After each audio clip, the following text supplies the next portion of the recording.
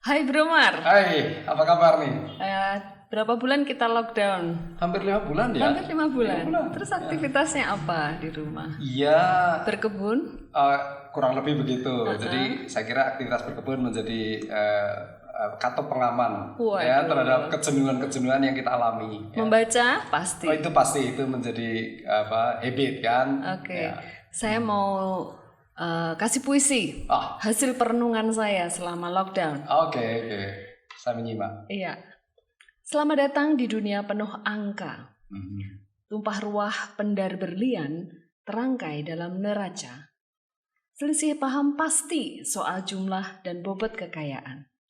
Penyesuaian dilakukan untuk mengembalikan kejayaan dan pujian. Wah, ini keren nggak ini Ini puisinya? jargon-jargon akuntansi itu kalau masuk di dalam puisi ternyata indah juga ya. Iya. Dan kalau kita lihat akhir-akhir ini fenomena new normal membuat kita juga harus melakukan penyesuaian kan? Ya. Coba waktu itu kita bertemu hanya bisa berdekatan, Ya. sekarang kita berjauhan. Ya. Bagaimana perusahaan-perusahaan juga melakukan penyesuaian? Apakah akuntansi juga mengalami new normal secara konsep, secara kalau kita bilang di dalam textbook akuntansi kita belajar rangka konseptual akuntansi. Adakah Bro Mar bisa cerita, sharing begitu ya supaya tadi kita bilang ya ini masa-masa sulit, masa-masa adaptasi, tetapi sebenarnya yang kita lakukan adalah penyesuaian. Ya. Tapi juga ada orang yang mengatakan akuntansi itu kan seni untuk perekayasaan gitu. Tapi perekayasaan yang seperti apa? Ayo kita sharing lah, diskusi seputar itu. Betul, saya kira itu observasi yang sangat akurat ya terhadap fenomena yang kita hadapi saat ini. Banyak hal-hal baru yang kita temukan. Ya, jadi rupanya memang pandemi ini membuka lembaran yang selama ini kayak di dalam black box ya. Sekarang ini kayak kotak Pandora dibuka semua. Hal-hal yang selama ini tidak terbayangkan menjadi muncul. Ya. Termasuk di dalam dunia bisnis ya. Saya kira kita menemukan ada hal-hal baru yang selama ini tidak pernah terbayangkan itu terjadi.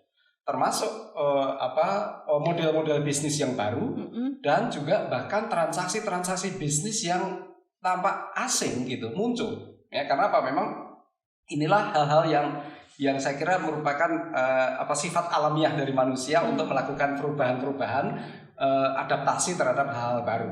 Nah, termasuk di dalam akuntansi, tentu saja kita tahu bahwa akuntansi ini kan sesuatu yang akan mengikuti Dinamis, lingkungan, ya. dinamika lingkungannya. Maka ketika lingkungan berubah, model bisnis berubah, kemudian juga transaksi bisnis itu juga mengalami perubahan atau muncul hal-hal baru yang tadinya tidak kita kenal, maka kemudian akuntansi juga harus melakukan penyesuaian agar dia tetap eksis kan.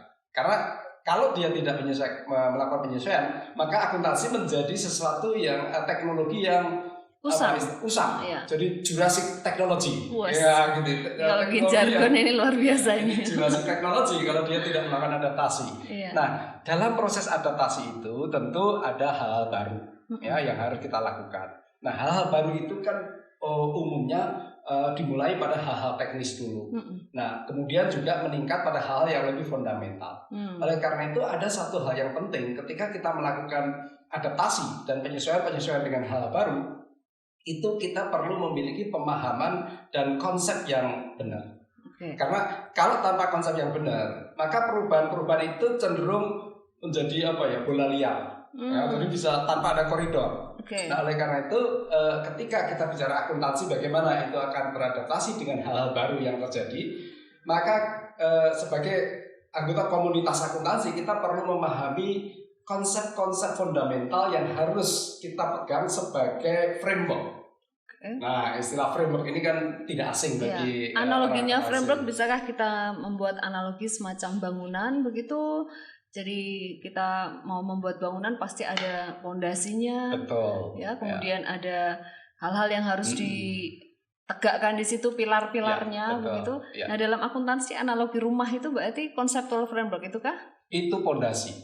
Jadi conceptual framework itu adalah pondasi sebuah bangunan. Kalau kita bayangkan praktek akuntansi dan pelaporan keuangan itu sebagai bangunan, maka sebenarnya pondasinya itu adalah pada conceptual framework. Ya.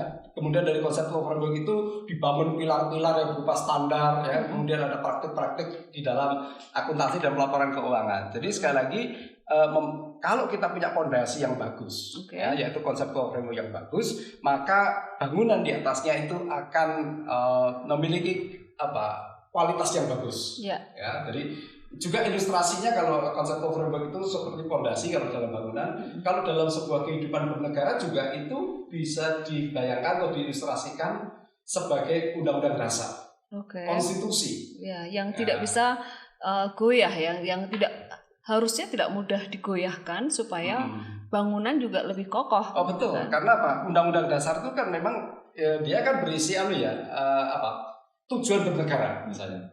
Kemudian dari tujuan bernegara itu kemudian ada konsep-konsep dasar yang fundamental, ya, yang itu menjadi pondasi bagi seluruh tatanan kehidupan berbangsa dan bernegara, kan gitu. Demikian juga konsep framework dalam akuntansi, ya, khususnya akuntansi keuangan ini itu seperti konstitusi. Jadi dia benar-benar harus firm, ya, dia harus solid, ya, supaya bangunan yang dibangun di atasnya itu benar-benar berkualitas. Gitu. Ini menarik ya conceptual framework ini. Ini kayak logo kita nih. Ini ada teh loh ini. Oh, oke. Kita sambil ngeteh boleh kan? Terima kasih. Ini kan kayak piramida ya. Oh, ya. Iya kan? Nah, conceptual framework kan gambarnya juga segitiga seperti ini. Ceritanya gimana itu conceptual framework? Kan waktu itu waktu kita belajar produk kita itu kan piramida itu kan dihasilkan dari akumulasi para akademisi dan juga praktisi, dan concernnya dari Amerika juga. Pak bisa cerita Romar ini? Ada organisasi apa yang terlibat, kemudian apa sih sebenarnya tujuan conceptual framework? Betul. Jadi tampaknya betul. Jadi ketika setiap kali lihat segitiga itu nggak tahu ini image kita itu langsung teringat pada conceptual framework karena itu gambar itu sangat familiar bagi semua orang yang belajar akuntansi. Betul. Ya, karena sangat ikonik lah, ya. Gambar itu sangat ikonik, ya. Setiap segitiga itu selalu mengingatkan pada gambar conceptual framework, di mana di situ conceptual framework ini kan berisi tadi satu puncaknya itu adalah tujuan. Jadi objektif paling ujung dari financial reporting. Nah, ini tentu tadi disebut bahwa ini ada suatu proses untuk menghasilkan gambar yang ikonik tadi, panjang sekali sebenarnya sejarahnya itu. Nah, kalau yang kita kenal sekarang ini sebenarnya conceptual framework, gambar conceptual framework dan isinya itu adalah conceptual framework yang kita gunakan sampai saat ini. Itu adalah conceptual framework yang dibangun oleh International Accounting Standards Board. Ya, jadi kalau tadi kita tengok sejarah ke belakang, upaya itu sudah dilakukan sejak kakek moyang kita, ya. Kalau ada kita ingat namanya Mbah Paton gitu, ya. Paton Littleton itu kan nama yang sangat luar biasa, ya, kita kenal. Itu sudah berupaya membuat itu. Kemudian di luar individu ini juga ada institusi-institusi yang mencoba untuk mengembangkan conceptual framework itu sehingga akhirnya menjadi conceptual framework yang kita gunakan sampai hari ini. Itu ada proses yang cukup panjang sejak dari 100 tahun yang lalu. Tetapi kalau kita merujuk pada yang sifatnya itu lebih otoritatif, conceptual framework yang kita kenal hari ini dan kita gunakan ini adalah produk dari International Accounting Standards Board yang pertama kali dikeluarkan tahun 89. Ya, jadi waktu itu masih namanya conceptual framework for preparation of financial statement. Ya, jadi financial statement sangat spesifik. Tetapi kemudian karena proses perubahan-perubahan yang terjadi, conceptual framework ini juga tidak statis. Dia juga dinamis menyesuaikan perkembangan-perkembangan. Biasanya karena 3 alasan. Conceptual framework itu dilakukan revisi. Ya. Alasan pertama karena incomplete. Ya, jadi tidak semua hal sudah dicakup di dalam conceptual framework. Maka lalu perlu ada revisi. Yang kedua update. Ya, jadi karena ada situasi baru, maka dia diupdate. Lalu alasan ketiga untuk mengklarifikasi. Jadi ada hal-hal tertentu di dalam conceptual framework yang ada yang biasanya itu tidak begitu jelas, abu-abu ya, maka lalu ada klarifikasi. Itu sebabnya sejak dari sejarah terbentuknya tahun 89 ketika dilahirkan oleh waktu itu namanya masih IASC ya, International Accounting Standards Committee. Kemudian pada tahun 2010 ya, itu direvisi menjadi conceptual framework revisian tahun 2010 yang sudah dikeluarkan oleh badan yang pengganti IASC yaitu IASB. Ya, karena tahun 2001 kan dia berubah menjadi IASB ya. Tahun 2010 itu keluar versi revisi, judulnya udah berubah, yaitu Conceptual Framework for Financial Reporting. Nah ini beda nih ya. Tadi statement ya.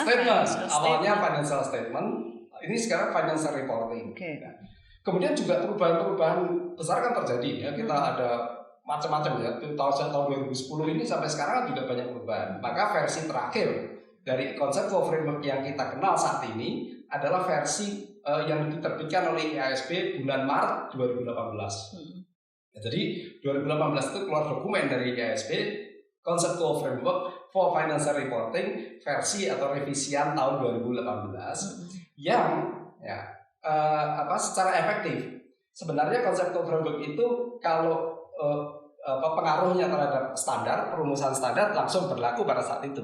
Tetapi kan Conceptual Framework ini kan juga digunakan oleh perusahaan-perusahaan untuk membuat kebijakan akuntansi. Nah, kalau Conceptual Framework itu menjadi acuan di dalam pembuatan kebijakan akuntansi perusahaan, maka dia itu mulai efektif berlaku 1 Januari 2020. Ya, jadi kita ini sedang dalam ya hot-hotnya ya, hal baru. Oke. Tadi dikatakan bahwa dalam segitiga tadi ada puncaknya. Nah itu Bro bisa cerita nggak puncak yang paling tinggi itu apa? Nanti kita bahaslah dalam episode ini kamar-kamar di setiap piramida. Ya, jadi memang segitiga ini sebenarnya Conceptual Framework itu basicnya ada 2 aja, yaitu objektif atau tujuan dari pelaporan keuangan dan kemudian konsep-konsep fundamental ya yang kita gunakan di dalam berakuntansi keuangan. Ya, jadi kita sekarang ini kan bicara akuntansi dalam konteks akuntansi keuangan yang fokusnya adalah penyediaan informasi bagi pihak eksternal.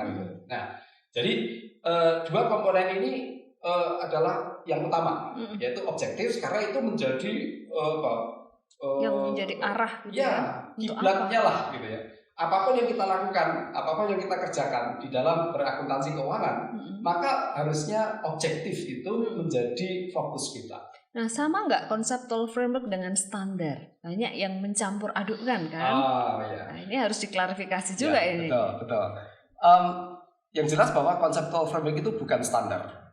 Ya, jadi Conceptual Framework ini tadi seperti undang-undang dasar atau analoginya begitu. Sementara kalau standar itu mungkin dianalogikan seperti undang-undang.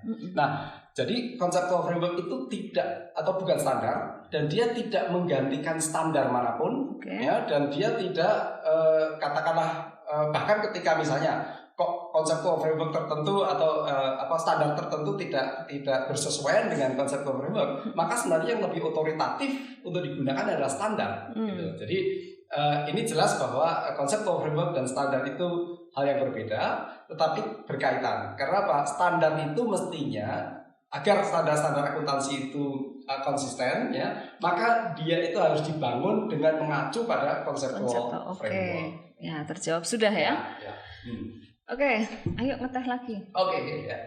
Kalau kita lihat standar, anak-anak akuntansi kan biasanya mempelajarinya standar akuntansi. Sementara yang tadi undang-undangnya Conceptual Framework yang kita kenal sebagai piramida tadi, itu memiliki beberapa tadi komponen ya, beberapa bagian, ada objektif dan juga elemen atau unsur-unsurnya apa saja.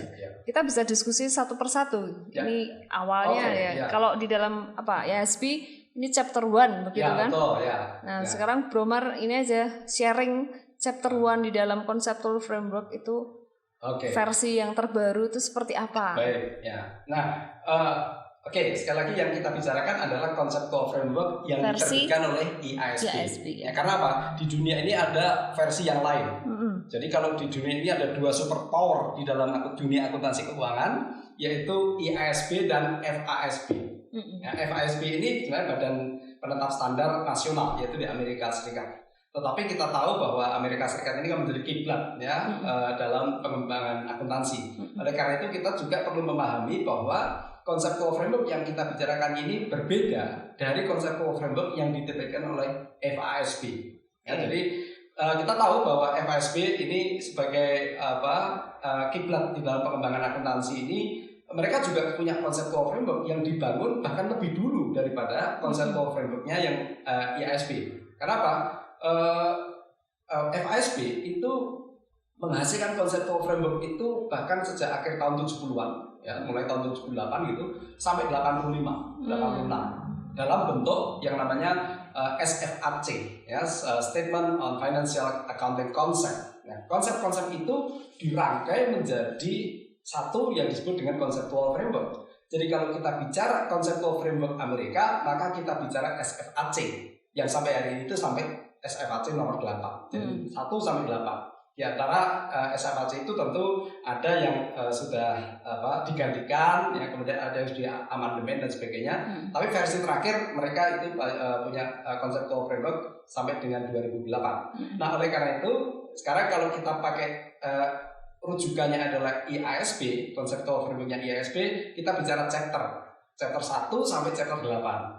Tapi kalau di Amerika itu kita bicara SFAC ya, nomor 1 sampai 8. Meskipun yang namanya SFAC nomor 8 itu sendiri itu sebenarnya juga sudah merupakan produk konvergensi ya dengan IASB.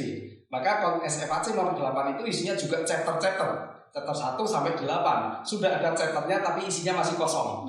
Hanya 2 chapter yang sudah terisi. Karena 2 chapter itu yang sudah sama dengan IASB, yaitu objektif ya, tujuan pelaporan keuangan, dan karakteristik kualitatif. Nah, jadi itu saya batasi dulu. Kita bicara conceptual framework yang diterbitkan oleh IASB, khususnya versi terakhir yang diterbitkan pada bulan Maret 2018. Yang komponennya, yang paling puncaknya itu tujuan. Jadi objective of financial reporting. Nah, apa tujuannya? Jadi pelaporan keuangan itu tujuannya adalah untuk menyediakan informasi keuangan mengenai suatu entitas. Entitas ini bisa apa saja ya, mengenai suatu entitas yang ini diperkirakan berguna untuk atau bagi para pengguna digunakan untuk membuat berbagai keputusan, khususnya dalam penyediaan dana bagi suatu entitas tadi. Pengambilan keputusan kata kuncinya ya. Dan pengambilan keputusan ini tidak hanya pihak internal, tapi juga pihak eksternal tentu saja. Ya, justru ini kalau kita bicara conceptual framework yang dituju sebenarnya pihak eksternal. Maka selalu yang disebut siapa sih yang pihak yang sebenarnya main user, pengguna utama dari pelaporan keuangan yang kita bicarakan ini adalah existing dan potential investor, creditors, dan lender yang lain. Jadi investor baik yang itu existing saat ini sudah ada maupun yang potensial, kemudian lenders ya, penyedia dana yang pemberi pinjaman lenders, dan other creditors itu adalah pengguna utama yang sedang kita pikirkan kebutuhan informasinya dan keputusan-keputusan yang mereka buat. Artinya si pengguna tadi informasi membutuhkan informasi dalam perusahaan tadi atau entitas tadi, dan informasi yang dihasilkan entitas itu juga harus memenuhi kebutuhan dari si pengguna tadi. Betul ya. Jadi kebutuhan itu tentu banyak ya. Jadi karena apa? Pengguna ini lapor atau informasi keuangan dari suatu entitas ini kan sebenarnya banyak sekali ya. Pihak eksternal itu banyak sekali. Tetapi kan tidak mungkin ya satu entitas itu membuat laporan yang bisa digunakan bervariasi untuk semua orang gitu. Ya, oleh karena itu kita sebut yang ini adalah general purpose financial reporting. Jadi untuk tujuan umum. Ya, tapi ketika kita bicara tujuan umum sebenarnya di dalamnya yang intinya itu adalah pada tidak tadi investors ya, potensial maupun existing, kemudian lenders ya, dan juga other creditors. Terus apa saja yang diakses para pengguna itu untuk membuat keputusan? Apa sih sebenarnya yang diperlukan tadi? Informasi apa sih sebenarnya yang diperlukan? Pada dasarnya sebenarnya para pihak eksternal ini concern-nya ada 2. Ya, ada 2. Yang pertama itu adalah soal posisi dan kinerja keuangan. Jadi aspek keuangan dari entitas itu, ya maka pelaporan keuangan bertujuan umum atau general purpose financial reporting itu mestinya harus bisa menjawab concern yang pertama, yaitu menyediakan informasi keuangan, baik itu menyangkut posisi maupun kinerja keuangannya. Yang kedua, kebutuhan para pengguna tadi sebenarnya adalah untuk menilai efisiensi dan efektivitas manajemen dalam mengelola sumber daya yang dipercayakan kepada manajemen tadi. Jadi si pengguna punya dana lebih gitu ya, kalau kita pakai bahasa umum gitu, dititipkan kepada si entitas. Dan entitas harus membuat atau meyakinkan kepada yang menitipkan bahwa mereka melakukan efisiensi dan efektivitas di dalam pengelolaan dana tadi, sehingga tidak merugikan pengguna tadi, gitu kan ya, Bro? Oke. Nah, apakah hanya informasi keuangan yang diperlukan oleh si pengguna para pengguna tadi? Tentu saja spektrum informasinya sangat luas. Ya, jadi informasi yang dibutuhkan oleh para pengguna, keputusan-keputusan mereka itu kan secara umum kalau investor itu adalah untuk buy, sell atau hold, ya itu saham. Atau kalau lenders atau creditors itu bicara soal memberi atau tidak memberi pinjaman, ya. Kemudian kalau memberi pinjaman jangka waktunya berapa lama dan sebagainya. Bunganya berapa ya. Jadi tentu keputusan-keputusan mereka sangat bervariasi. Jadi sangat banyak. Nah, keputusan-keputusan itu tentu saja dibuat dengan banyak sekali informasi yang masuk.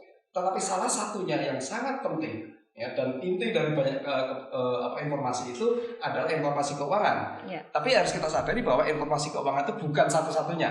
Karena satu-satunya yang dibutuhkan, ya. Betul, karena informasi keuangan ini kan hanya informasi kuantitatif yang menyangkut aspek keuangan, ya. Tetapi sebenarnya para pembuat keputusan itu membutuhkan juga informasi-informasi lain yang mungkin tidak disediakan oleh akuntansi. Nah, oleh karena itu kita bicara financial reporting itu sesuatu yang lebih luas daripada financial statement. Karena financial statement ini hanya sekedar salah satu kendaraan atau media untuk menyampaikan informasi keuangan. Jadi ada informasi keuangan dan juga informasi non-keuangan yang dibutuhkan oleh para pengguna tadi, sehingga dia bisa membuat keputusan secara lebih akurat. Gitu. Nah, ini chapter 1 tadi lengkap ya, berarti sudah kita paparkan. Ada yang terlewat nggak? Ada yang mau ditambahkan? Betul. Ya, jadi saya kira kalau kita bicara chapter 1 dari conceptual frameworknya IASB, kita bicara objektif. Ya, itu yang paling fundamental. Ya, kita memahami apa sih tujuan dari pelaporan keuangan bertujuan umum tadi. Nah, masuk di chapter 2 ini berarti. Jadi ada karakteristik kualitatif. Betul.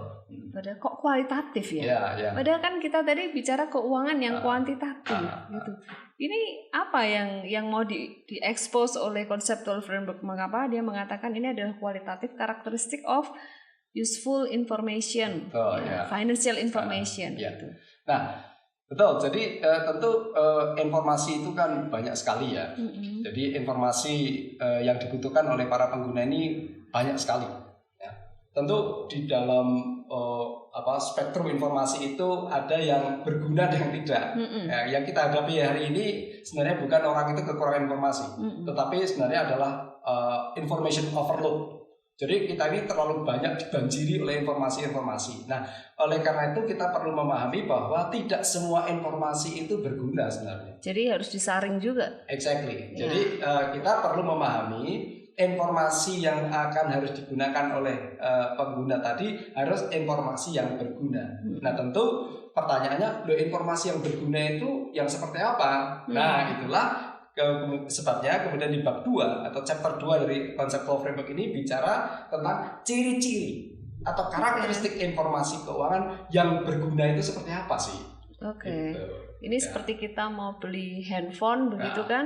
Terus kita kan membutuhkan fitur-fitur apa sih yang sebenarnya kita perlukan? Kalau kita hanya butuh untuk SMS dan untuk WhatsApp gitu mungkin nggak perlu yang canggih-canggih ya. Ya, tapi ada juga yang kebutuhannya tuh sangat tinggi begitu, sehingga dia butuh aplikasi yang bermacam-macam. Bisa dikatakan seperti itu ya. Nah, tapi ini sifatnya tadi karakteristik yang sifatnya kualitatif. Betul. Ya. Ciri-ciri ini yang akan harus dimiliki informasi agar dia itu berguna bagi para pengguna tadi. Balik lagi ke tujuan tadi ya. Ya, yaitu agar tercapai tujuannya yaitu membantu di dalam proses pembuatan keputusan, maka informasi itu harus memiliki ciri-ciri tertentu. Ya, jadi ciri-ciri itu ada tentu banyak, karakteristiknya banyak. Nah, untuk bisa memudahkan dalam memahami ciri-ciri ini, karakteristik atau ciri-ciri yang perlu dimiliki informasi yang berguna itu dikelompokkan menjadi dua, yaitu yang namanya fundamental karakteristik atau karakteristik dasar atau fundamental, dan yang namanya karakteristik peningkat atau enhancing karakteristik. Nah, ini dua kelompok ini dipisahkan karena apa? Memang memiliki sifat yang berbeda. Nah, fundamental itu artinya apa? Harus. It is a must. Yeah.